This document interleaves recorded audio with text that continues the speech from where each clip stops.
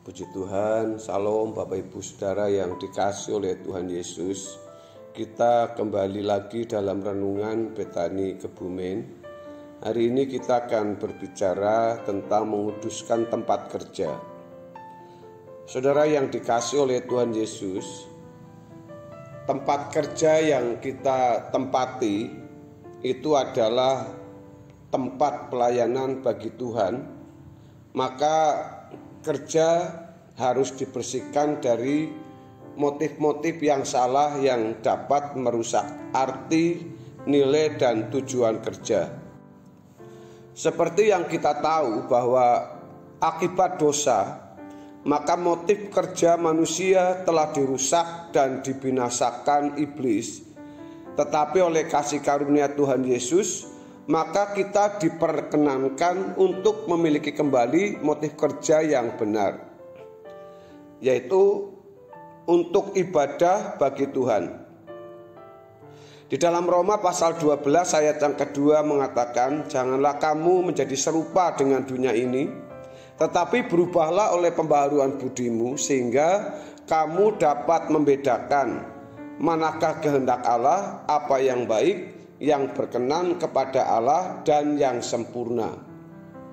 Secara langsung akan menghapus segala motif-motif yang keliru di ayat ini, saudara.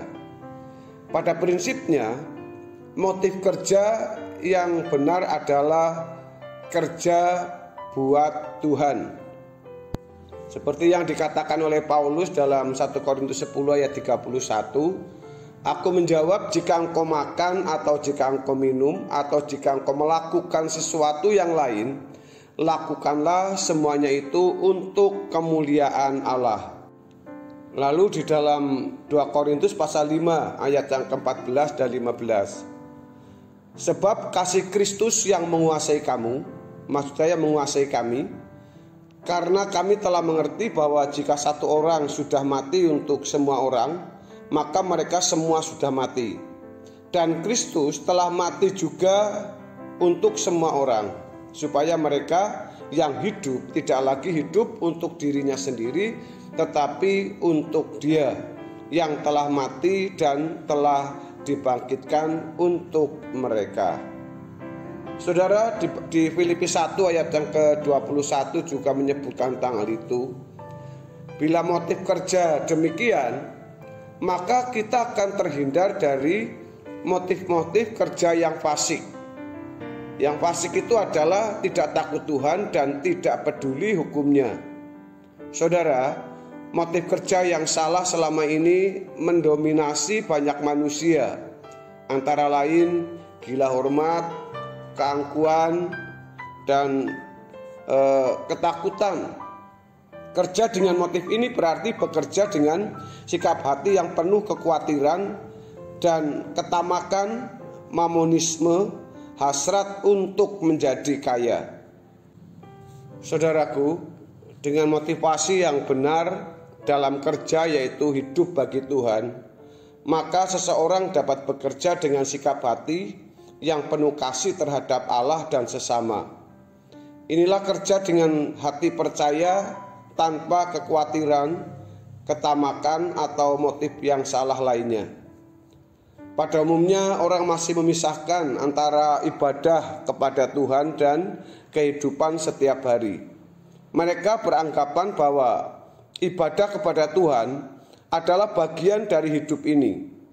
Itulah sebabnya mereka membedakan antara kegiatan yang bersangkut paut dengan Tuhan, seperti berdoa, bernyanyi lagu rohani atau memuji Tuhan di gereja, atau berangkat ke gereja atau beribadah, dengan kegiatan yang tidak bersangkut paut dengan Tuhan, seperti bekerja di kantor, rekreasi dengan keluarga, olahraga, makan, minum, dan lain-lain. Pemisahan atau pembedaan ini biasa disebut juga antara yang rohani dan duniawi. Bila masih memiliki anggapan atau sikap berpikir seperti ini, berarti belum mengerti kebenaran. Dunia ini diciptakan oleh Tuhan sendiri, bukan oleh oknum siapapun dan manapun. Hendaknya orang percaya tidak sesat seperti aliran agama-agama tertentu yang memandang dunia ini jahat. Dalam Kejadian pasal 1 misalnya ayat yang ke-28 dan 29. Allah memberkati mereka, lalu Allah berfirman kepada mereka, beranak cuculah dan bertambah banyak, penuhilah bumi dan taklukkanlah itu. Berkuasalah atas ikan-ikan di laut dan burung-burung di udara, dan atas segala binatang yang merayap di bumi.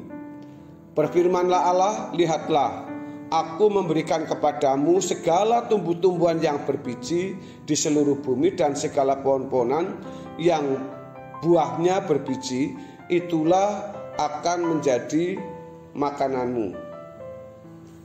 Tuhan berfirman agar kita mengelola dunia ini. Itu mandat yang diberikan Tuhan kepada kita. Perintah untuk mengelola dunia ini sebagai penyelenggaraan kehidupan di bumi ini merupakan perintah kudus yang rohani dan tidak boleh diidentifikasi sebagai duniawi. Itulah sebabnya kita tidak boleh membedakan profesi duniawi dan rohani diukur dari jenis pekerjaan itu semata-mata. Karenanya kita tidak boleh merasa kurang kudus hanya karena kita memiliki profesi bukan sebagai pendeta atau hamba Tuhan, atau tidak memiliki kegiatan di gereja.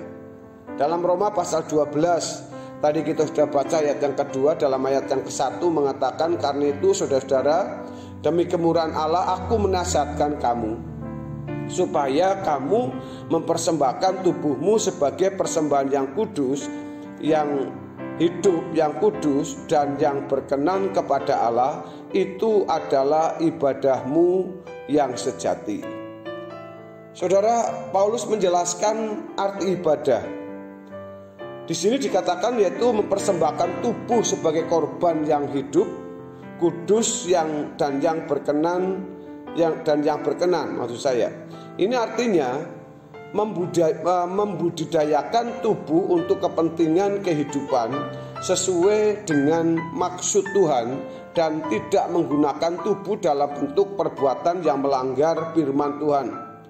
Untuk ini merupakan kewajiban agar anak-anak Tuhan meningkatkan kualitas kemampuan kerja dalam membudidayakan semua potensi yang ada di dalam dirinya dan belajar kebenaran Alkitab untuk mengerti bagaimana menggunakan tubuh sesuai dengan firman Tuhan. Dikatakan di sana itu adalah ibadah yang sejati. Di dalam teks asli ada kata yang menggunakan kata logikos, yaitu yang masuk akal. Jadi kalau saudara menjadi orang Kristen yang benar-benar bisa membedakan yang baik dan yang buruk, yang masuk akal, yang wajar, kalau Anda bekerja itu bekerja untuk Tuhan.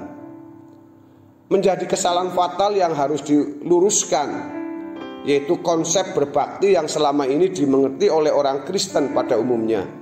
Pada umumnya yang namanya berbakti kepada Tuhan selalu dikaitkan dengan kegiatan agama di dalam lingkungan gereja. Kata berbakti dalam Alkitab bahasa Indonesia dapat ditemui dalam Ulangan pasal 13 ayat 4, lalu Yosua pasal yang ke-22 ayat yang ke-5, Matius 4 ayat 10, Lukas 4 ayat yang ke-8.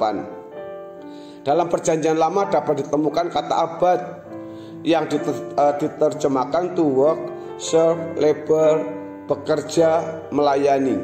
Kata ini memiliki padanan dengan kata latreuo yang artinya minister, to serve. Kata ini juga dapat kita temukan tadi di dalam Roma pasal 12 ayat yang ke-1. Dalam hal ini harus dimengerti bahwa yang dimaksud berbakti bukan hanya menyangkut kegiatan di lingkungan gereja, ya, tetapi meliputi seluruh gerak hidup kita. Jadi bukan hanya kita melayani Tuhan, bukan hanya kita di gereja, bukan hanya kita beribadah, tetapi setelah kita keluar dari pelayanan kita kepada Tuhan, kita bekerja di mana?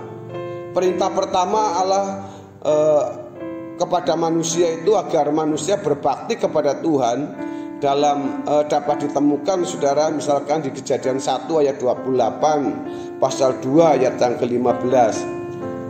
Pengelolaan bumi atau menyelenggarakan kehidupan untuk manusia itu sendiri dan lingkungannya adalah sebuah kebaktian.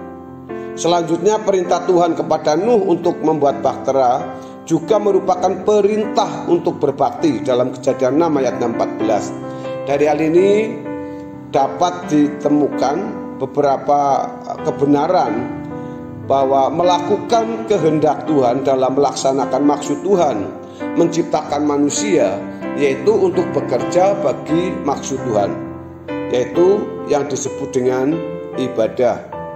Maksud Tuhan ialah agar manusia dapat mengelola bumi ini bagi kehidupannya dan lingkungannya. Jadi bekerja adalah sebuah kebaktian atau ibadah. Olehnya Bapak Ibu yang dikasihi oleh Tuhan Yesus, lakukanlah segala sesuatu dengan menyadari kehadiran Tuhan dalam setiap aktivitas kita. Apa yang kita buat, yang kita lakukan, yang kita kerjakan, itu tidak lepas dari campur tangan Tuhan. Ada Tuhan yang hadir di tengah-tengah kita. Bukan cuma pada waktu kita berdoa, bukan cuma pada waktu kita ada di gereja, bukan cuma pada waktu kita melayani, tapi pada waktu kita ada di luar arena atau zona pelayanan kepada Tuhan secara langsung itu saudara. Jadi Bapak Ibu, kiranya kebenaran hari ini memberkati saudara, memiliki etos kerja yang baik, semangat yang tinggi, dan semua itu demi kemuliaan Tuhan. Tuhan Yesus memberkati. Amin.